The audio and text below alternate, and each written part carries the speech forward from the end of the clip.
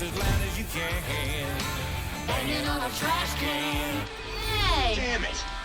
I swear, if I have to listen to that stupid song one more time, I'll fuck. Didn't make you love it.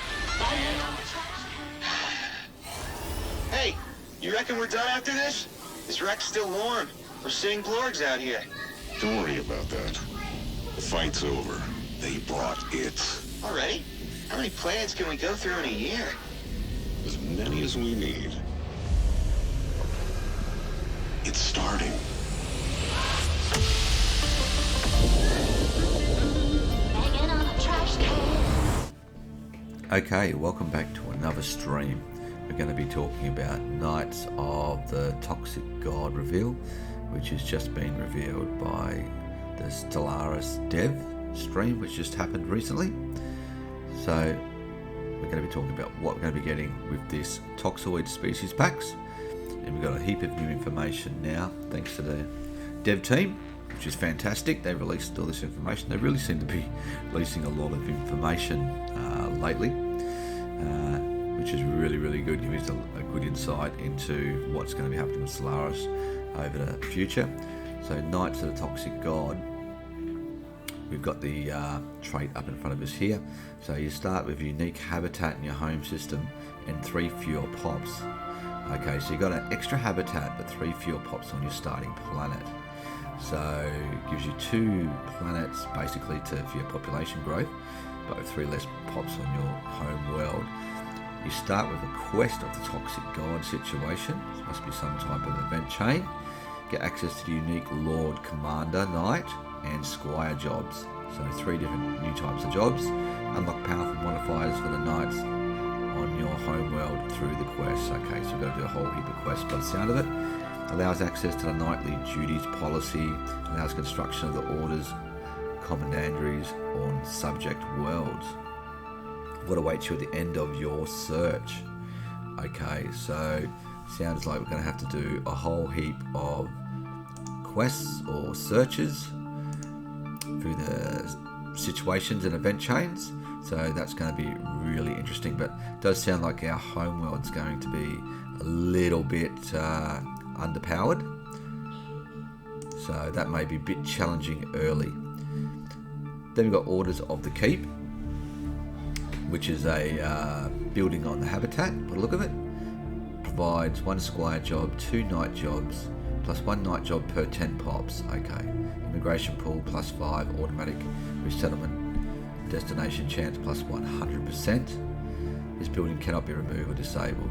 So Knights use alloys to provide naval capacity, defense armies, unity, and research. Okay, so they use alloys. So alloys might be a little bit tight early on. If not sure how many Knights you start with, assuming it's going to be a couple.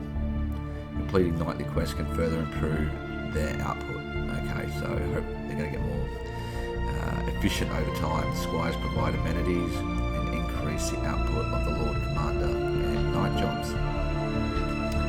Okay, so approximate job production for the Knights and the Squire, I think this is.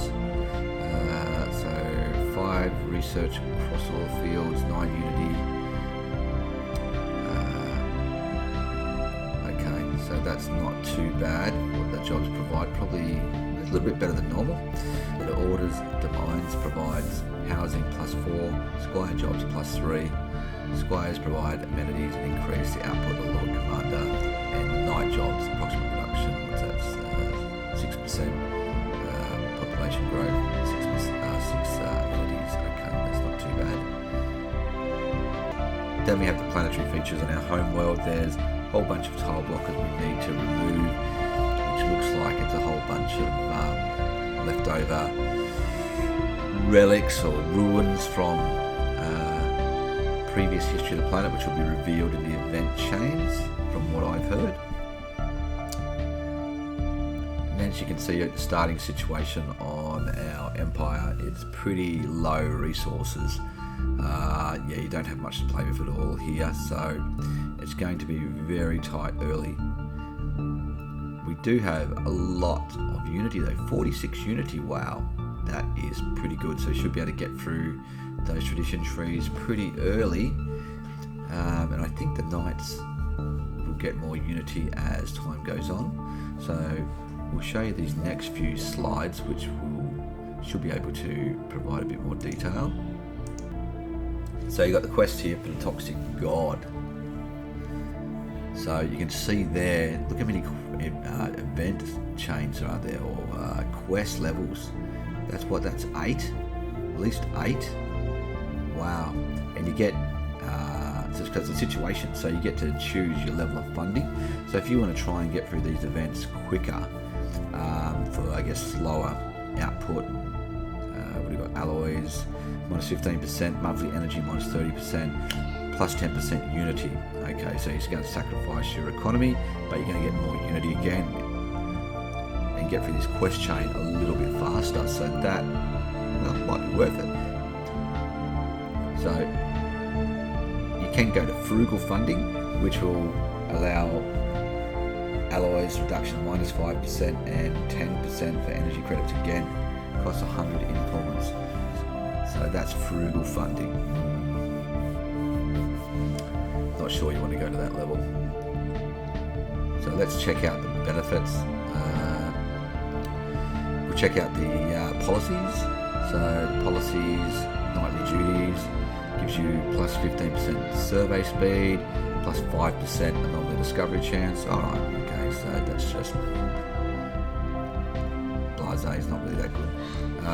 Knight commanders, however, home territory rate plus 20%, ship fire rate plus 10%, army damage plus 10%. Okay, that's really good. But again, that stacks with some other abilities or that your empire may have.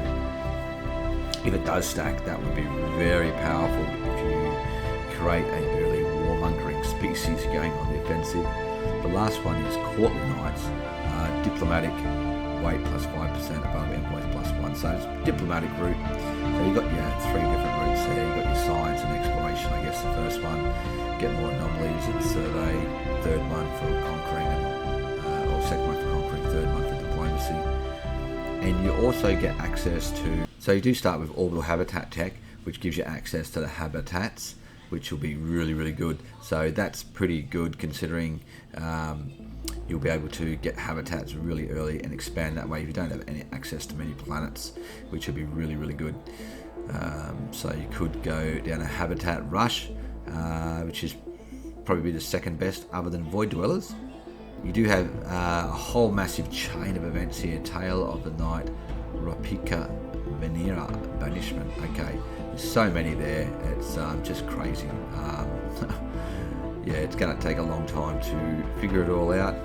I think this really is a strong RP type of origin, but by the time you get through it, it sounds like it could be very powerful. It just depends how long it takes to get through it, and if you've got time to build up your economy and your military to see if it's going to be effective in the higher levels versus AI. So you bring out what kind of strategies can be used in multiplayer to get the benefits. So it's going to be very, very interesting to see what people can come up with different types of builds. So we can see here in the Tale of the Night Beacon, event bonus here for completing it. Knights plus 3% additional unity. The Lord Commanders now produce 4 additional unity. Okay, so that's good for a unity rush. But then you've got this option, which gives you additional 2 research for Knights and 2 research for Lord Commanders. So that is very powerful considering there's no cost there, no additional upkeep cost that I can see. So, and each event that you complete adds more and more benefits to your Knights and Lord Commander. So, not sure what level it can reach. I've heard it's quite high.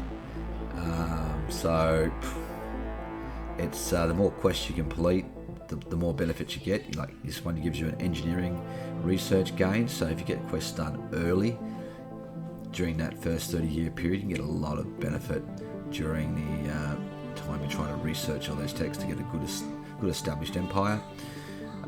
Another one here, add pools of the most venomous to Calaman with the following result.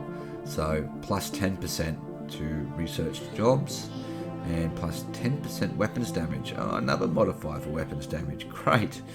Okay, so I can see these guys, this Knights of the Toxic Guard, stacked out with Spiritualist and play like, I guess, like RP, like Templar Knights perhaps. Go around and conquer in the name of the faith. So a Knight Empire, a Templar Empire, I can see that being a really good role play, or whatever Knight type of empire you want to play. This is going to be really interesting. It's going to be really, really fun. You can see the type of build Stellaris' community, dev communities put up here.